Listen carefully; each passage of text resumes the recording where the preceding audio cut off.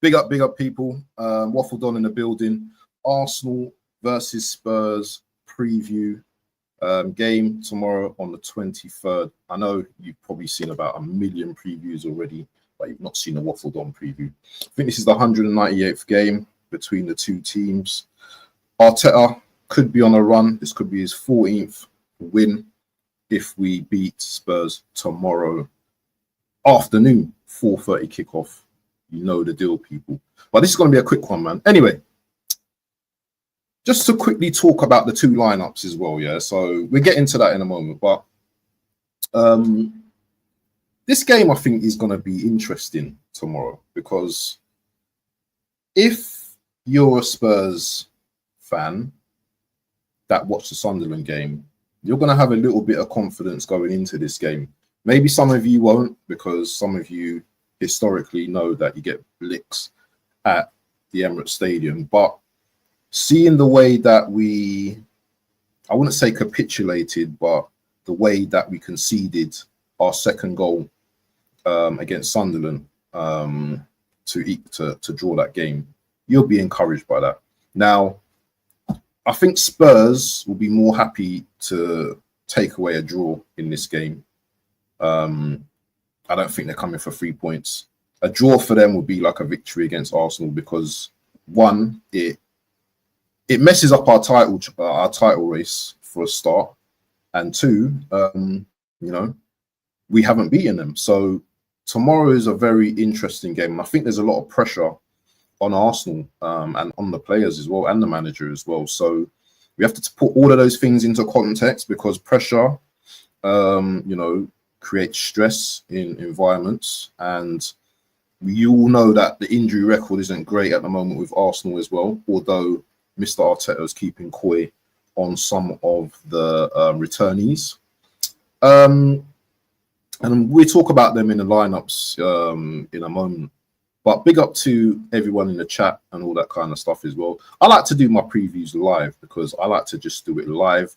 You're getting it raw. I'm not gonna mix my words or anything like that. I could do the pre-record ones and go into depth, but I like doing lives. I like to speak to the people.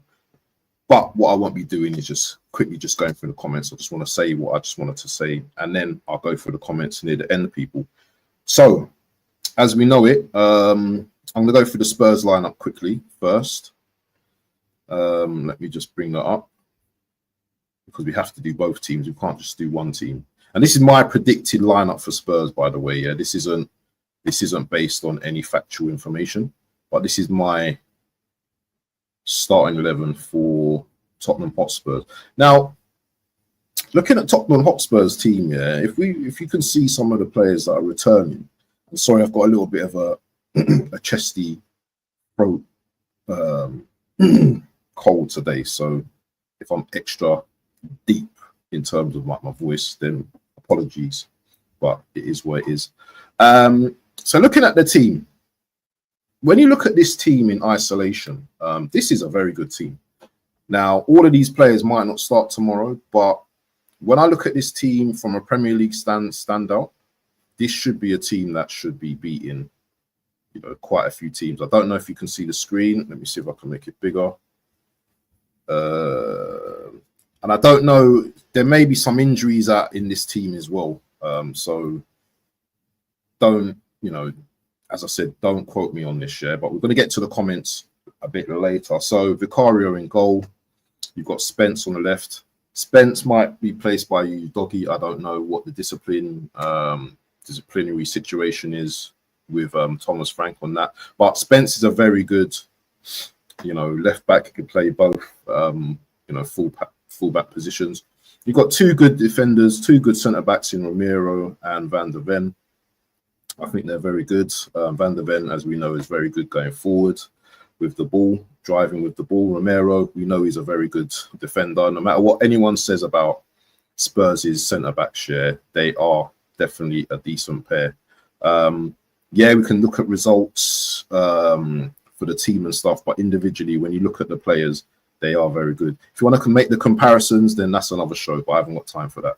On the right, we've got Pedro Porro. We know that he's good with set pieces. Defensively, he's not that great, but he's capable of doing what he needs to do at the back and all of that. I've gone for these three in the midfield: Paulinho to protect the back four, and Sarr as well, because Sarr's a bit of a back-to-back player as well. You know, he drives forward. If you can remember that goal he scored in pre-season, that beautiful goal from the halfway line against Raya, I thought that was a very good finish. He's a player. He's not known for his goal scoring. Yeah, let's not get it twisted. But he has his moments, and you know he is a player that is pretty strong. You know, he can drive with the ball. And then you've got Xavi just ahead of him. Xavi plays in the pockets. You know, he's going to be looking to find players like Kudos and Odebert or whatever his name is. There were talk of injuries to Kudos and Mwani, but apparently they're available and they're fit to play tomorrow now as well. So I don't know if Xavi's injured. I've not seen any news on him, but if he doesn't start, then maybe Bergvall or maybe Bentancur, just to maybe keep that back 5-6 tight in the first half, not let Arsenal get through this defense line. That's what they might try to do, and then try and get us out on the counter attacking as well, because we're going to have a lot of set pieces probably, because we know that Romero gives away a lot of fouls, and we know that Paulinho also, as good as a defensive midfielder he is, he does like to give a lot of fouls away. With Paulinho, I'm going to say, you know what, get him on a yellow card early doors, bro. Yeah. Eze, do your thing, go past him, dribble past him, get him, on the back foot from early, yeah. Because if you get him on a yellow, that guy, yeah, he just knows one thing, and that's, just, power, tackling and stuff like that. So if we can, I know it sounds dark, but if we can get him sent off, then even more better. But yeah, we'll have to play one of them kind of games where our players will, have to be constantly trying to dribble past him. And he's a very good tackler as well. Yeah, one of the best interceptors in the league. Moving on to the front three, you've got Kudos, Mwani, and Odebert.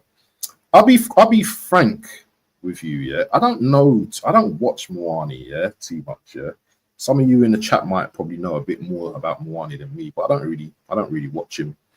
I think he can strike the ball pretty well from what I've seen. I can remember going back to the World Cup final where he had that chance, and did he squander it? Or he could have won the World Cup for France, and I think he missed, or was a save by Martinez. I can't even remember, but he's a striker, isn't it? So he's probably going to have, if he gets an opportunity, to shoot. And one thing I know about Raya as well, yeah, if you catch him in the moment, especially with a low drive shot, then he can be beaten, yeah. But you have to be quick, and you have to shoot low, yeah, low and fast, because sometimes he's not the quickest to getting down. Pause, yeah, he's not the quickest. So it's going to be cold tomorrow. If you catch him early, then Spurs will have a chance.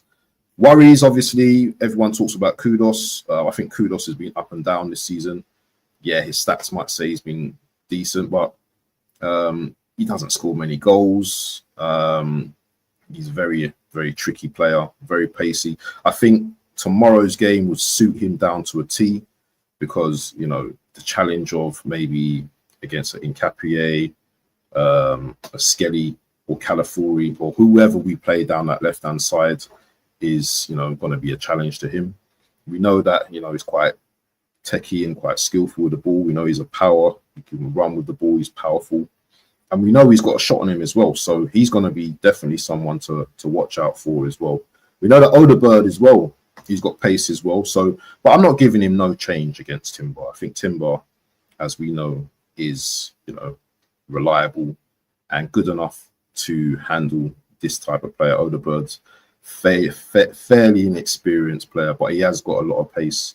But I can't see Timber giving him any change.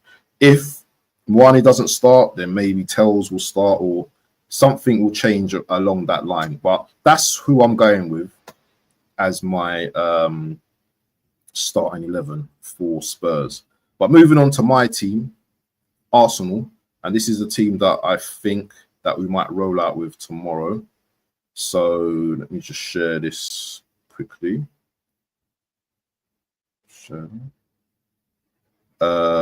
This is what I think we might go with tomorrow, depending on how the manager's feeling that morning and training as well. There could be shouts for man like Gyökeres starting tomorrow. It depends on the training today. Calafiori starting tomorrow. It depends on the training, as he made out in his press conference. Yeah, Gabriel's going to be out for weeks, as we understand, yeah, which is quite concerning. So forget about Gabriel.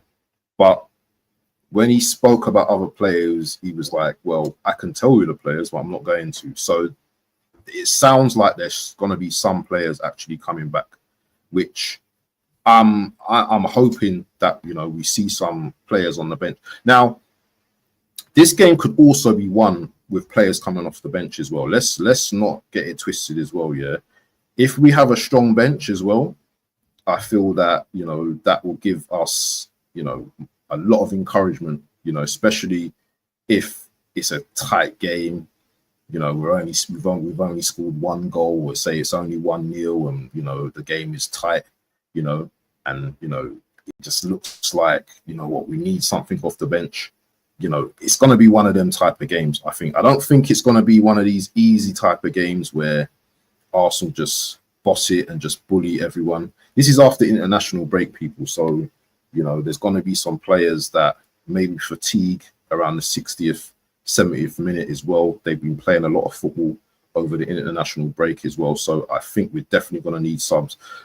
Arteta can't afford to have Sunderland lapse. You know, this is nasty November, people. Yeah, this is where the snow starts coming down. This is where the roads get icy. This is where teams, yeah, think that they're big boys, and you know what? They just get swatted like flies. Yeah, this is where some of the games count, people, in this nasty November. But yeah, looking at this team, there's probably gonna be some changes. You guys will probably have your own ideas. I'm looking for Eze to have a big game tomorrow. This is going to be his first North London derby. Can he make a difference in this game? Yeah, can he make a difference in this game? Bossman, Eze in that 10. Yeah, because I think what Spurs may do is give us the ball at times. So, you know, that will encourage us to move around the ball quick, into the pockets, into the spaces, yeah, and try to create chances for man like Marino up top. I'm hoping Gyökeres starts tomorrow, but it is what it is. I'm not too sure. But yeah, we've got Rice. We've got Rice there. We've got Saka. We've got Trossard. Trossard's in good form at the moment. I'm looking for Bossman Saka to have a very good game tomorrow. And do you know what? The back four, I'm happy with the back four. I'm happy with the defense. No matter how it rotates or changes, I'm going to be happy with that. Whether it's in Capier and Saliba and Mosquera, or whether it's I don't know how Calafiori's state is. It will be based on his training today, but I'm not too sure about that. But whatever the lineup is, I'm sure I'll be okay with it, as long as we keep that midfield. There was talk of Odegaard coming back as well. I don't think that's a bad player to come off the bench as well. I think that's a very good player to come off the bench. So I'm happy with that. How are Arsenal going to win this game tomorrow? Yeah, and let me just put my big face back on the screen. Let me just stop that. How are we going to win the game tomorrow? Sheer guts, sheer mentality, yeah. At the end of the day, yeah, this is just a game of football, people, yeah. As much as people hype it up as this being a rivalry and stuff, yeah, this is just another game of football that Arsenal need to win if they want to keep their title aspirations going. We need to be on the front foot. We need to score early if we can. And you know, we just need to, like, if we score early, then let's not drop off. Let's just keep the momentum going, because today's football may put pressure on us. We may see City go 1 point behind us tomorrow.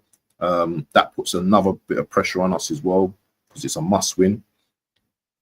The only fear I have about this game, and it's not the team, it's a draw.